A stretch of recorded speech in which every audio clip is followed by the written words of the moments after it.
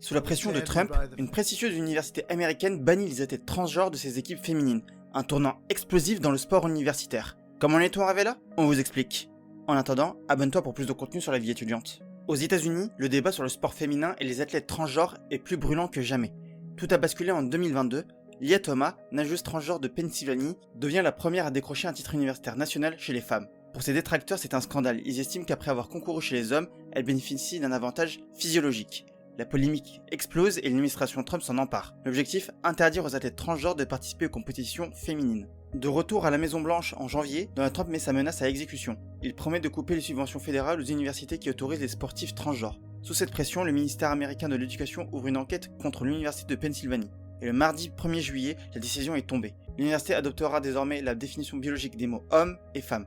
En clair, plus aucun athlète transgenre ne pourra intégrer les équipes féminines. L'accord qui a été signé va bien au-delà d'une simple exclusion. L'université s'engage à rendre aux sportives cisgenres tous les titres et records individuels subtilisés par des athlètes transgenres. Elle devra aussi envoyer une lettre d'excuse personnalisée à chaque nageuse concernée. Pour la ministre de l'Éducation, Linda McMahon, c'est, je cite, un exemple de plus de l'effet Trump. Elle affirme que grâce à lui, le sport féminin sera protégé pour les générations futures. Et cette question-là dépasse largement les frontières américaines.